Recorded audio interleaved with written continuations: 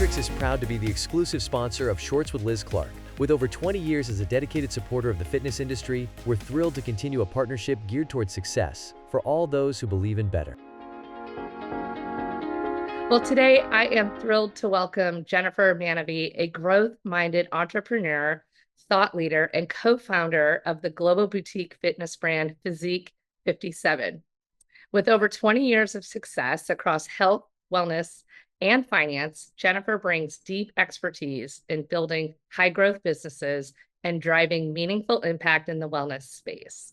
Let's dive into her incredible journey from Wall Street to shaping bodies and industries around the world. Welcome, Jennifer. Thank you, Liz. I really appreciate you having me on. Thank you. Great. All right, well, we're going to jump in.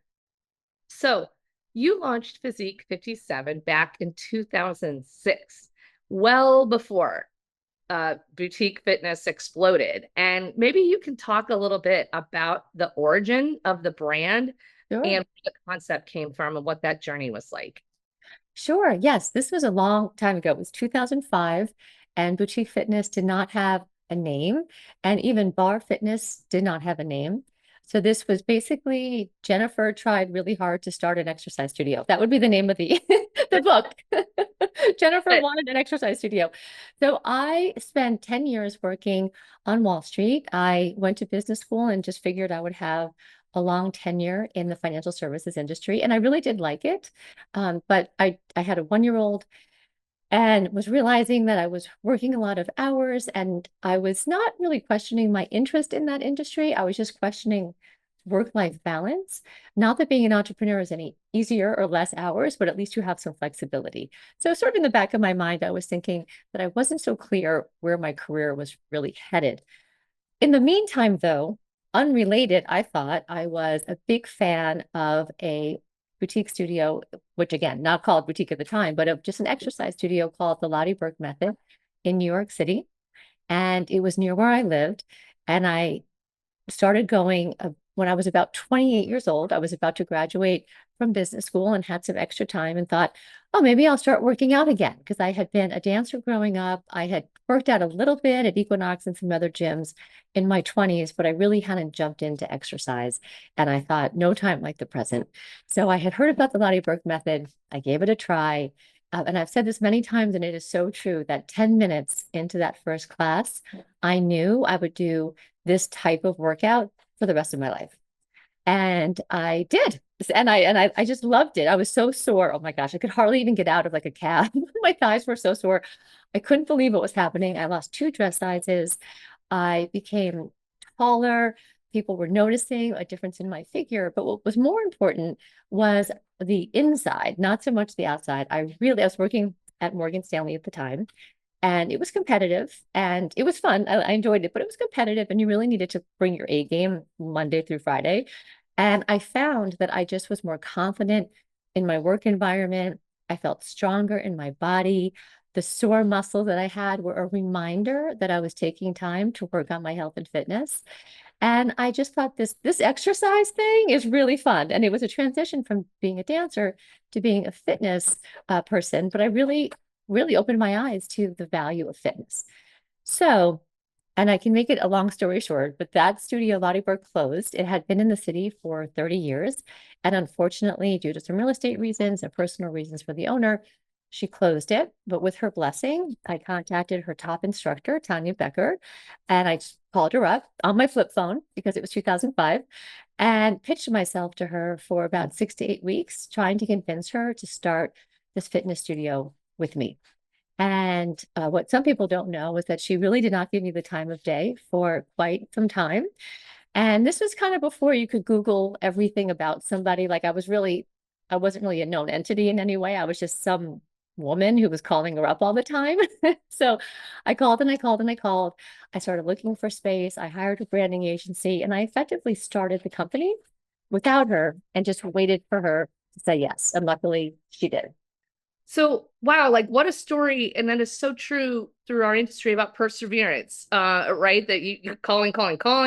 And then I do think something about the soreness that everyone can relate to and how that really just, when you're sore all day, it feels good in a weird way. right? Okay. But I do need to get your tips on how you got taller, as somebody who's Posture, okay. posture. Oh, okay. Okay, perfect.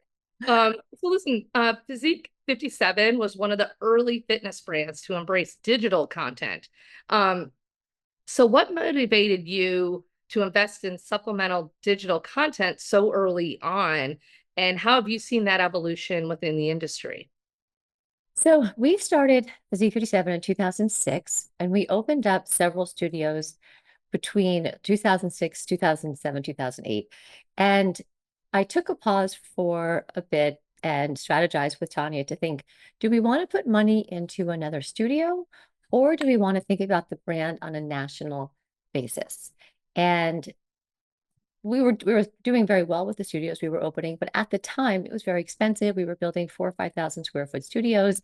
Where Took were a you doing time. that? Where? Oh, I'm sorry. So Physique 57's headquarters is in New York City. So we started off in Midtown on 57th Street, and then we went to Soho. And we were thinking of doing another studio. And then we were also in the Hamptons. So we were on 57th Street, we were in Soho and in Bridgehampton. And we had done all of that expansion within just about 24 months. And then they had the idea to open another studio. And then we just took a minute to think, well, luckily, we're getting a lot of national recognition. We were fortunate to have a lot of celebrities follow us pretty quickly. And we thought perhaps we leverage the brand through media rather than through addresses, expensive addresses. And at the time, though, believe it or not, creating DVDs was very expensive. It was about as expensive as opening a studio. It's obviously changed a lot. But we decided to invest in making DVDs instead of opening a studio, which was a huge endeavor. Had to hire a bunch of companies. It was a very different time. Now you can produce content on your phone, as you know. So this is very different, but we decided to produce 3 DVDs. We then made a handful more and sell them in the US, and some of them even sold internationally. And we sold in all 50 states in 30 days. And this was in 2009, I believe.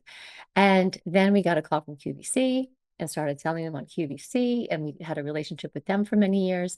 So we were able to become a national brand from that endeavor. And then we opened up in California, and then we opened up some more studios here. And that's how we started with the content, the media content. Then as people were digitizing content, we thought, well, let's try that. So we took the DVD content and put it on our website for $57 a month. We were not able to keep that price, unfortunately, but it started off at $57 a month. And we just had about 9 videos online. And that really took off also. So we just decided to slowly terminate the DVD business as demand was falling anyway, and put more eggs into our digital basket. And we grew that business, and we've had that for, I guess, 13 years. Was Tommy the trainer throughout all of that? Tanya's my co-founder. Yeah, so Yeah. Tanya Becker is my co-founder, and Tanya and I have been together the whole time, and we have gone through every iteration of our business together. So it's really a wonderful soul sister relationship that we have. Oh, that's fantastic. So since then, you've expanded. That's why I asked particularly, where did you start? 'Cause in such an expensive market, like probably the most expensive market, right? And then you expanded. Now you look today to Physique 57 in 4 countries, I believe, and you've got subscribers in over 60 countries. So from those days of the journey from New York to California to videos to online, you're learning so much, and all the while, what a tremendous opportunity to learn, but also so many challenges with retail and all that. And we don't even need to go into that. But what were some of the key decisions and pivots that enabled that kind of international growth specifically? Yes. So I think, and I think many business owners think this way, that your strategy can very much be leveraging the recognition that you have. And so when we started off in New York, because it's New York City, we were able to attract many celebrities, which it's different now. Back then, celebrities, if you might recall, you were basically in a movie or a TV show or a Victoria's Secret model. There really wasn't much else. Yeah. Now it's so many different And ways drop to some be. names. You got any names? Any celebrity names that we Oh, can? so many. Kelly Ripa, Christy Turlington, Parker Posey. It was really fun. And they're lovely. All were amazing. And none of them were paid. They all just came. And it was Can it? so fun. It was like nerve-wracking for sure. I mean, success is nerve-wracking. It's fun, but it's just as nerve-wracking as when you don't have success, by the way. They're just two different kinds of stress. So it was terrific. So we took that advantage. Oh, and Sarah Jessica Parker was actually our first celebrity, and that was just by having a local news show that she was watching in the morning, which was so Those great. were her But like Sex in the City days, I think. yes, it Yeah. was Sex in the City days, and she was watching TV at 7 o'clock in the morning with her baby and feeding him and watching New York One, which is our local cable station that we were on. So when I do talk about marketing very much, I say, those little local TV shows are actually pretty important because people do watch them sometimes more back then maybe than now. But anyway, we had a very nice celebrity following. So then we leveraged that with the media. We leveraged media with going across to Beverly Hills. And then once you're in different parts of the country, you'll then attract other types of clients from other places. And from between California and New York, many people from other cities around the world were learning about Physique 57 and also the QVC relationship. And so that's when the calls started coming in, asking if we would be interested in going to these different countries around the world. And I chose Dubai as the first one. I went in 2009 for the first time just to check it out. It was night and day to what it is now. I thought it was too early back then, but then 2012, 2013, we gave it some serious thought and we started with that as our first market. And we ultimately had two amazing studios there. So it's really, I mean, to answer your question, just leveraging like one step after the next and following closely who's following you to see where there would be opportunity in the future. So it's a little bit of push and pull. Well, wow, Dubai is an aggressive first start. And so with that though, did you have to critique a little bit of what the brand was offering? I mean, with different cultural sort of societies, well, actually you want to maintain your identity, but also you have to adapt to what's going on locally. So was that all part of your thought process in picking that market? Yes.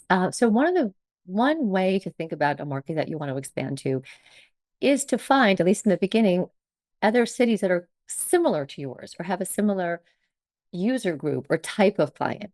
Doesn't necessarily have to be a similar demographic. It's just the type of client. And the world is smaller than we think many times, especially now with influencers. So when we went to Dubai to do our test out press class, there was someone in that class who had just taken class the week before in New York.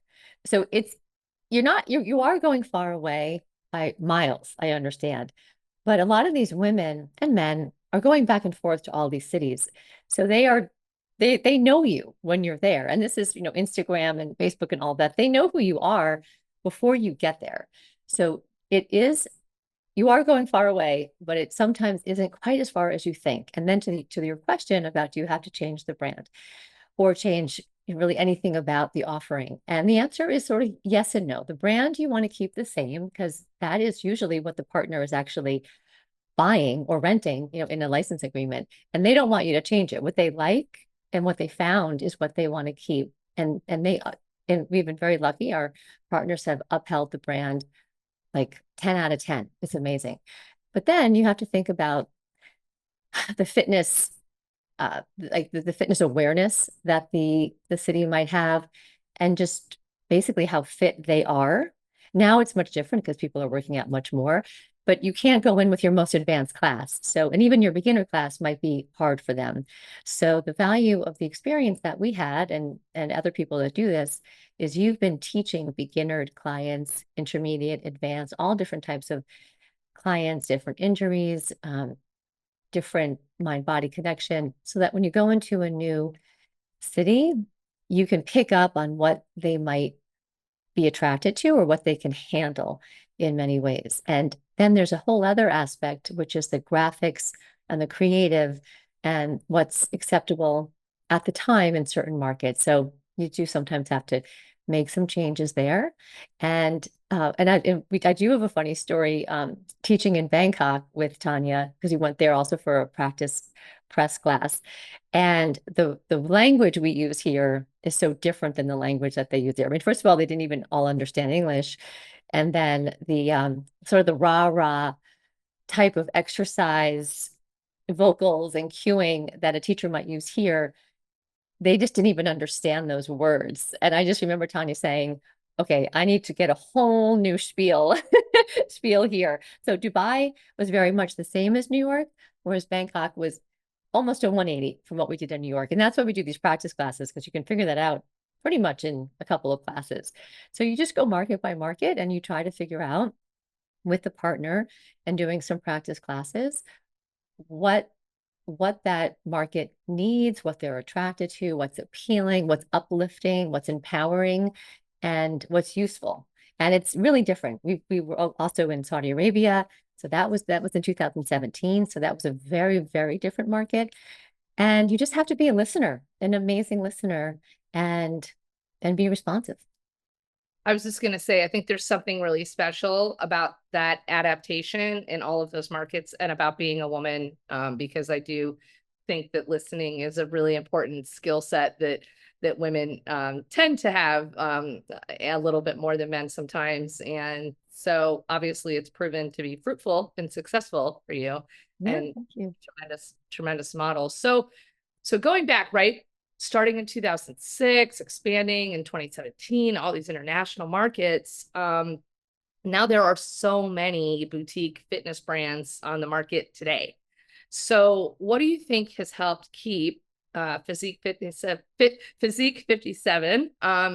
stand out and remain relevant today? I mean, I think that not only are you relevant, you're frankly iconic, and nearly 2 decades later. And what do you think the secret sauce is for that?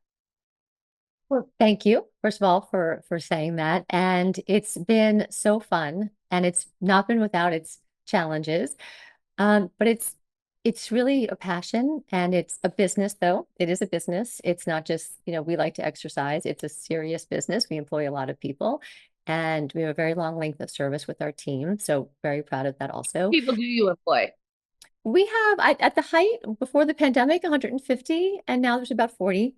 So Okay. definitely smaller Yeah, than it was that's before. And significant. That's a yes, lot. That's a lot of lives. That's a lot of livelihoods that, yes. yes. And that would be employees. And then, as many of us know now, we outsource a lot more. So there's probably like 55 to 60 people in our orbit that we utilize that are incredibly important. But on as far as W-2, there's about 40. And that's a mix of full-time and part-time. So what I believe has kept us relevant is first and foremost the understanding that we have to stay relevant. And I do think sometimes people forget that. They just think it's set it and forget it. But every day is a new day. Every single day is a new day. I don't think I've ever woke up and said, wow, we've been around for 20 years. I can go hang out and do nothing. I mean, that's that is actually the opposite. What I would suggest to anyone who's run a business for a long time is that it's actually harder to be relevant and to be fresh and open-minded the longer you've been in it. So you need to surround yourself with an amazing team and learn so much from them. So there's so much that we learn from the 20-somethings, the 30-somethings, the 40-somethings, and all of the people that we work with to understand what is relevant. And then trying to be relevant, though, and stay very close to what your brand stands for and where your area of expertise is and your competencies are. So we have not purchased cold plunges. We're not doing meditation in the middle of the day. That's just not what we're good at. That's just not what we know. So we have to stick with what we know, but also understand that programming needs to be refined. Perhaps some creative needs to be redone. Different channels need to be leveraged more than others. Different agencies we might switch out from time to time for different markets that we're in or for different user groups that we are trying to attract. So it's constantly iterating, and it's not whiplash because that would be negative, but this is just a constant iteration. So we had new formats come out this year, which is very exciting.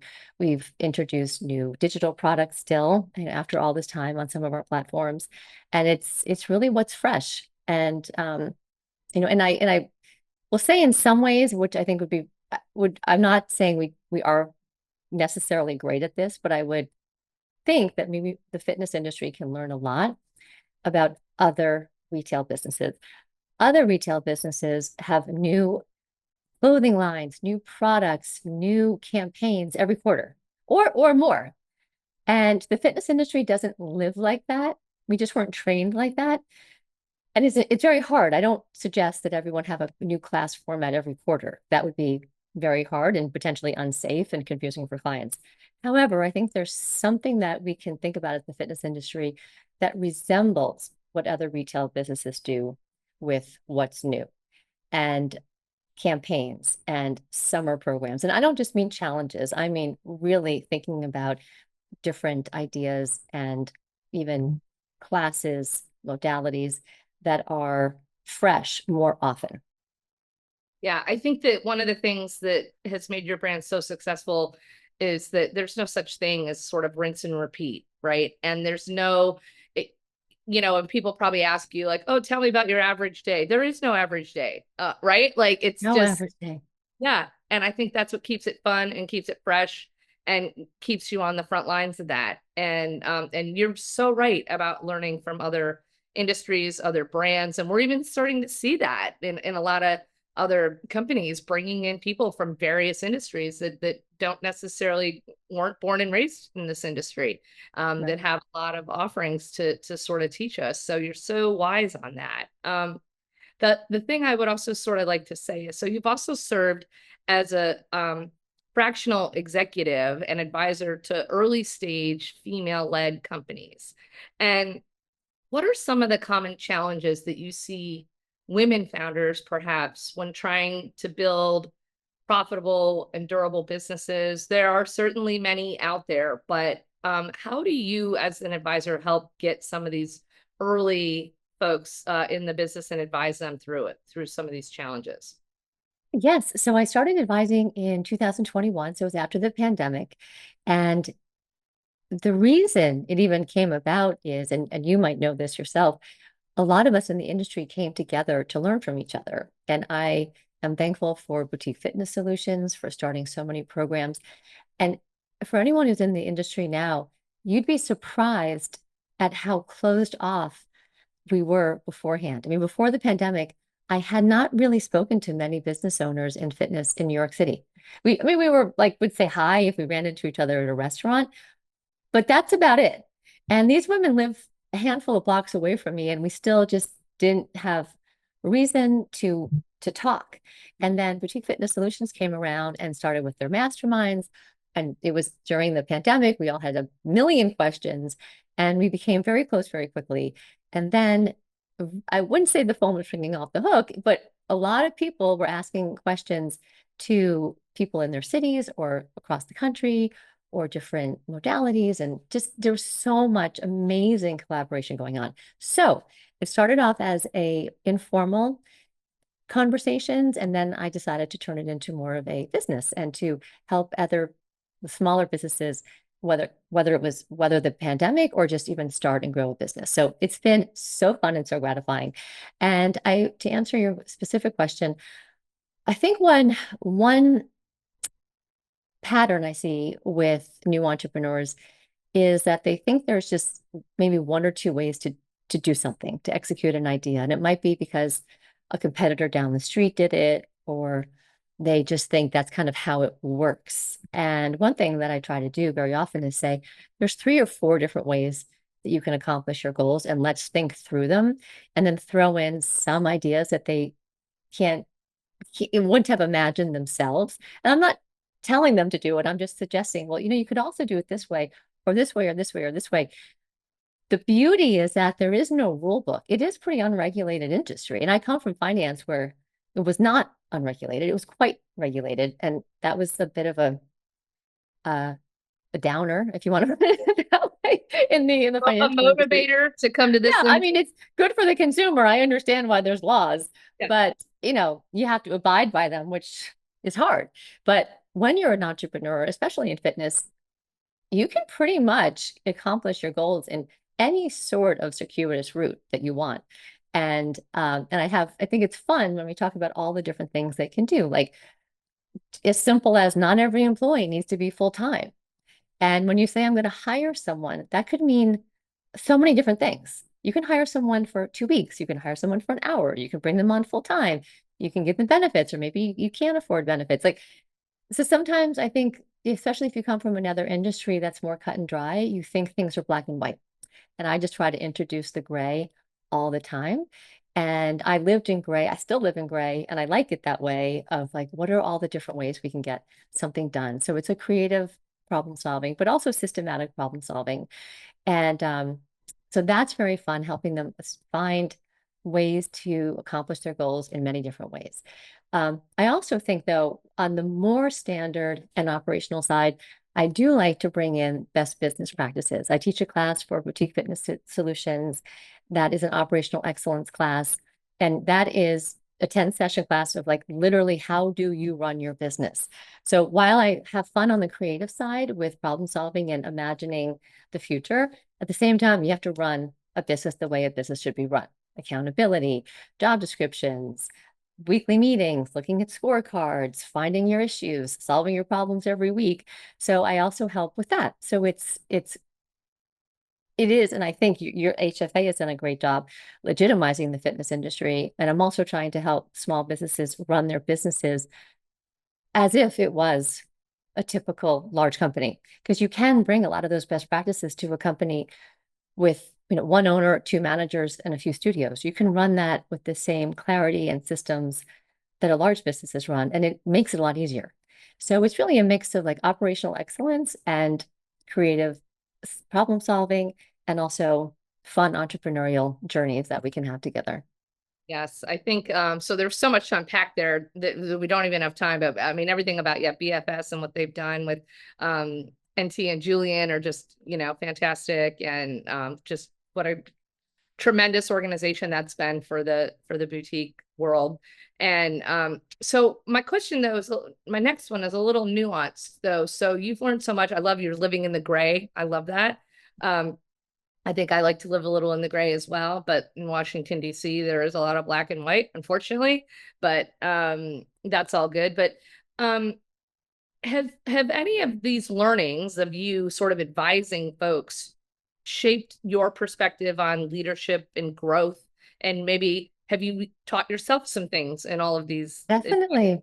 Yeah. Definitely. And I think when I had already been in business for I guess 16 or 17 years before I started officially helping others. And so many of the decisions I made were instinctive, just based on data and facts, and not all just on a whim, but it was just I led the way that I lead, and I run the business the way I run the business. And I hadn't really written it down. I hadn't said, this is how Jennifer Von Maanavi does business. I hadn't really thought about it that way. It was more, this is how Physique 57 has developed and formed, and this is how we do things. So in teaching others about business and sharing my journey, it was a real opportunity for me to take what I had done in my business and really think about how to communicate it, how to share it, how to write it if I was sharing some written materials, and really think through how can I take what's just been in my mind and put it on paper and then crystallize it. So I think I've even become better at what I do because I'll talk to someone else about it and then think about how can I be more clear even in my own company. And also learning so much about the people. Also, I learned so much from those that I work with about the struggles that they're having, and then contemplate, is this actually something that I might be having that I'm not even aware of? So it actually opens up the doors for me to imagine if I actually have similar issues that they have that I'm not keenly aware of. And then I ask more questions within my organization. So I've learned so much from these amazing entrepreneurs that I've worked with. It's been so fun. That's the whole point of life. I love it. So I'm going to brag on you a little bit. So you've been recognized by the Columbia Business School and you've been featured on major outlets like Bloomberg, the Wall Street Journal, and many other media platforms nationally recognized. And so my question is, how has some of this public recognition impacted your mission and your reach?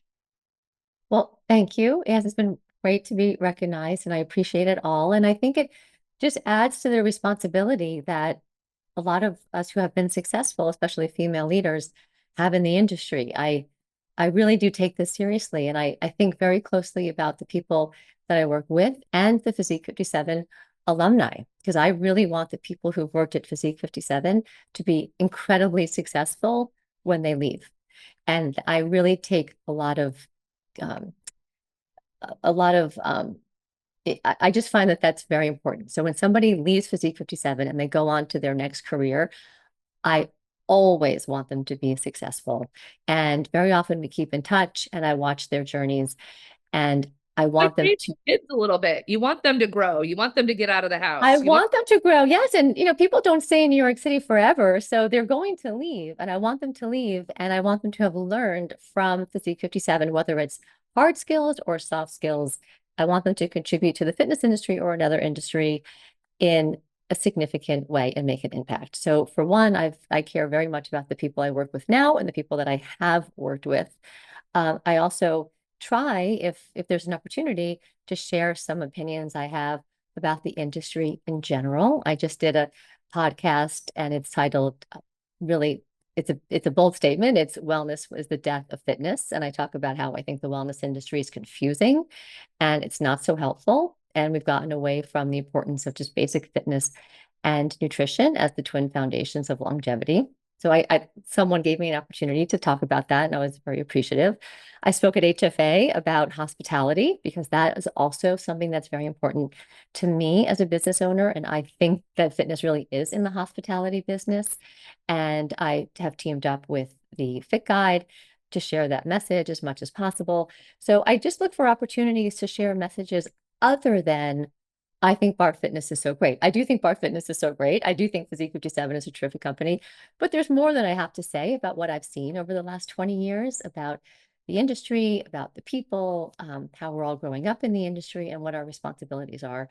And that's another reason why even now I'm looking to expand internationally even more. And I just partnered with a company to focus on Asia and the Middle East because I'm ready to start making inroads there. And there's so many reasons for me to continue to expand internationally. So that's a huge focus right now. We're opening up more studios in New York City and I'm expanding internationally. So I have more people to talk to and share my vision with. Well, I think, when you spoke at HFA, your message on hospitality is just nail on the head. If you're successful in this industry, you can't do that without hospitality, I think, being at your core focus of how you're treating your customer. Yeah. And you've obviously known that and shared that. So in closing, I would love your thoughts, Jennifer, on okay, you're looking at Asia, you're looking at new markets, but what is exciting you the most today about digital fitness, wellness entrepreneurship, and maybe it's not wellness, right? Because wellness might be screwing some things up, according to you, and I can't wait to hear that podcast. But honestly, and that's supporting just the next generation of women leaders. I think what's been exciting for me is a few things. And what I'm focused on with Physique 57 is one is seeing this younger group of people enter the boutique fitness industry for clients coming into the boutique fitness space. And when I started in 2006, it was sort of like a 35 and up crowd. Our average age was 33, but it just skewed a bit older. And now we have a lot of younger people taking class. And I think that prioritization for them is going to be really important for us. So teaching them about the value of exercise at a young age, 20 something, I think will set us all up for future success. So that's number one, is that age group. Number two is what I'm seeing internationally is very much what I saw here over the last 20 years. So internationally, there's even government support for fitness and wellness businesses and health-oriented businesses. Females are 70% of boutique fitness internationally in many cities, not everywhere, but in many cities. the boutique fitness industry is about 70% female, which is amazing. There's a rise of a middle class in many cities in Asia, and they're paying more. They're paying 5 times more for boutique fitness than they are for going to the gym. And there's just demand, and there's also female leadership. There are women wanting to open businesses in these other countries. So I do feel that international has a real opportunity. At the same time, I want to say I'm not sure the adoration for American brands is there the way it was. And I would just make sure everyone understands, if you're thinking about expanding internationally, you have to be very humble. You are not going in to save the day. They're not waking up in the morning like dying for America the way they used to. I went to Saudi Arabia in February last year, and they have amazing homegrown brands there. And they used to have 0 female-led boutique studios, and now there's about 1,000 licensed women licensing businesses of some sort. So they're doing very well on their own. I do think they probably have an interest in some outside brands, but not everyone is wanting America the way they used to. So if you are going to expand internationally, just going back to what we were saying about listening, and just seeing where you fit in is very important. But I do see that those markets are very exciting. I'm excited also for New York City is finally coming back as a fitness destination, and then just growing my own team and helping the other women that I work with become very successful entrepreneurs. I love that. And it's such great advice. I just have to tell you, I saw a recent study even about kids and this is a little bit of a deviation, but it's like where kids are with math and science and all this stuff in the US. And it's not where it used to be, but they are still #1 in confidence. So I think you have to have confidence, but you also have to be humbled. And I think that that's such a small, but really important nuance as people are looking to these markets. So great. Definitely. Yeah. Definitely. Definitely. Jennifer, thank you so much for being here today. Thank you for sharing all your learnings and all that you've done for the industry, and just so excited to see what's next, and just really had a lot of fun today. Thank you. Thank you, Liz. I appreciate you having me on.